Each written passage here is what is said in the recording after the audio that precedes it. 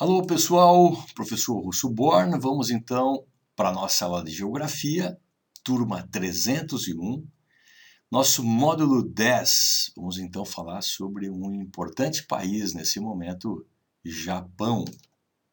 Estamos na página 194 da sua apostila, então, para que você possa acompanhar aí. Vamos lá! Nesse tópico de aula, vamos então abordar localização do Japão, alguns aspectos naturais, relevo, hidrografia, clima, vegetação e aspectos humanos. Para a gente começar o nosso pensamento, lá em 1908, saiu esse navio Kasato Maru do Japão para o Brasil, trazendo os primeiros grupos de imigrantes japoneses. E aqui, nessa fala, há um homem falando: vamos atrás de uma vida melhor para os nossos netos. E aí a mulher responde: acho que para obter isso, eles vão ter que voltar para o Japão. O Brasil era uma grande promessa de crescimento econômico, mas o Brasil atualmente está com grandes problemas de desinvestimento econômico. A moeda real é uma que mais se desvalorizou do mundo e o Brasil atualmente está com problema de desregulamentação e descontrole da questão do Covid. Então, muitos investidores internacionais estão retirando investimentos do Brasil e a nossa fronteira também começa a ser então fechada. Estados Unidos fechou a fronteira com o Brasil, assim como outros países, pelo crescente número de pessoas contaminadas pelo Covid.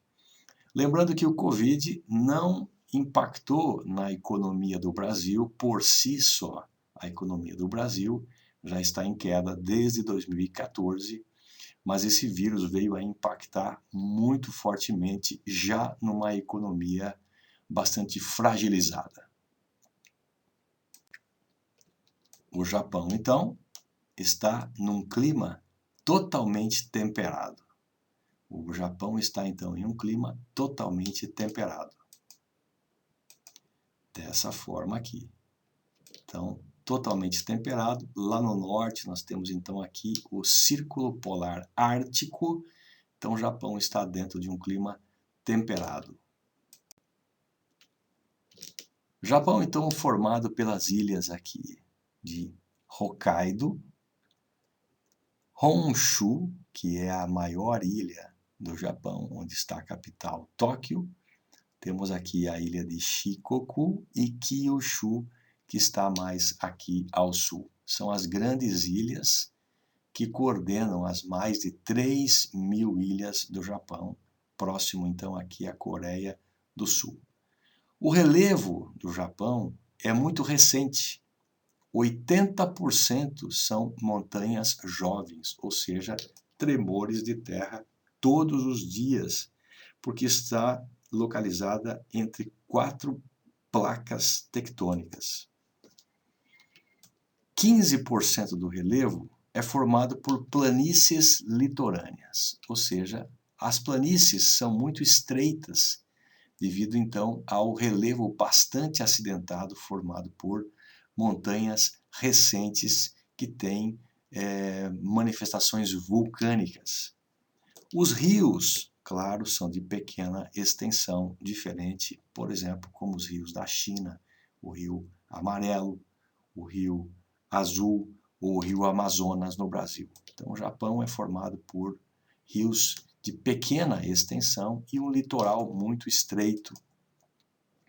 Os arquipélagos são formados por mais de 3.000 ilhas. É muita ilha. O Brasil tem cerca de 3.000 ilhas no nosso litoral. Algumas são mais conhecidas como Fernando de Noronha.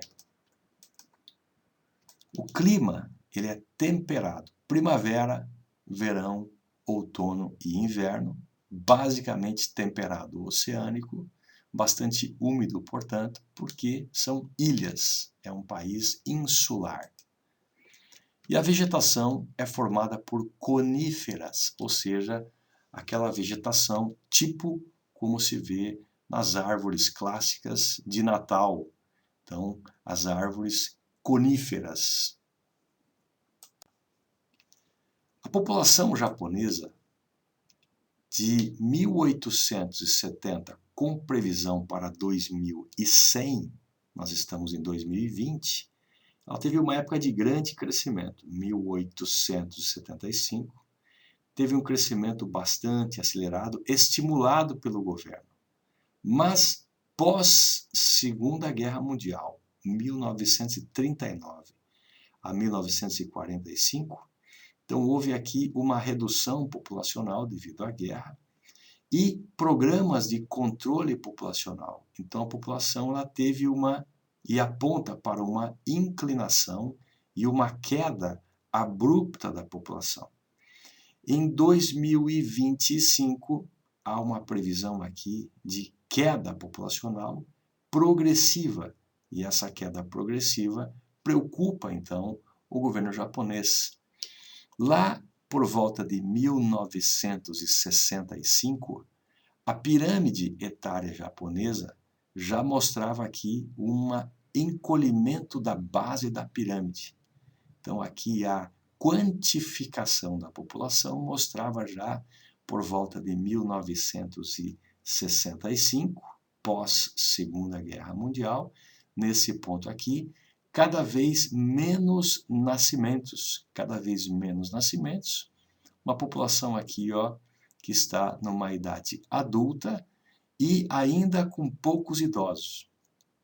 2015 mostra que cada vez mais idosos, as idades no Japão são muito elevadas, a média acima de 81 anos.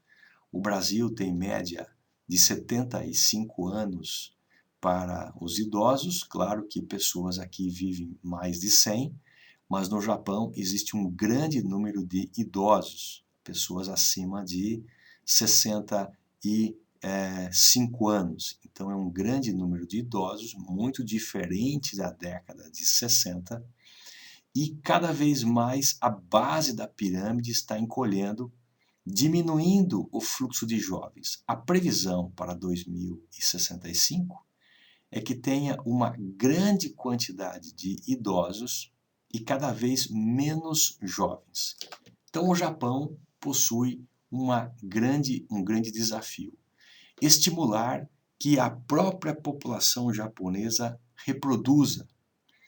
Caso contrário, será necessário estimular imigrantes para o país. Só que os movimentos conservadores do Japão, a população mais conservadora, ela não admite a chegada de estrangeiros, de alemães, de italianos, de africanos, de indianos, de americanos, devido à consistência física diferente.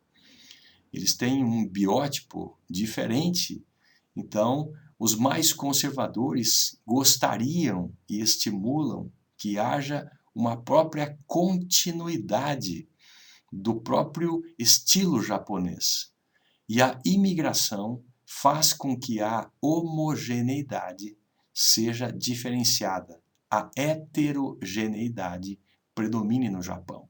Então, o governo japonês enfrenta necessidades de ampliar a base populacional e se vê num momento crítico, onde ou a população cresce ou será necessário estimular que grupos estrangeiros possam formar a base da população. O Japão possui uma reserva internacional de mais de $1 trilhão. A China tem mais de 3 trilhões de dólares. Estados Unidos, 135 bilhões de dólares. Então, são moedas importantes que fazem então com que haja um suporte financeiro para questões emergenciais. Então, tem uma proximidade com o mundo chinês e uma competitividade. O primeiro país em PIB do mundo, Estados Unidos, possui 21 trilhões de dólares.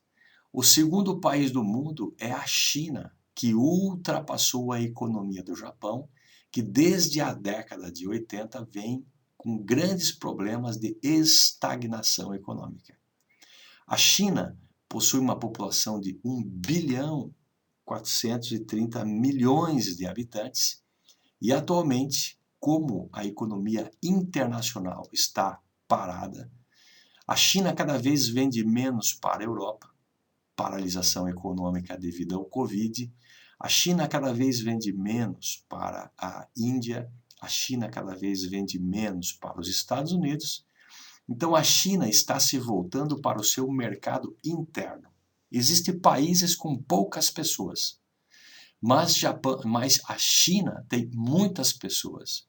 Então, se aumentar o salário da sua própria população, a sua própria população de 1 bilhão e 433 milhões de habitantes pode consumir os seus próprios produtos, fazendo com que a própria China se auto-erga, independente dos demais países do mundo.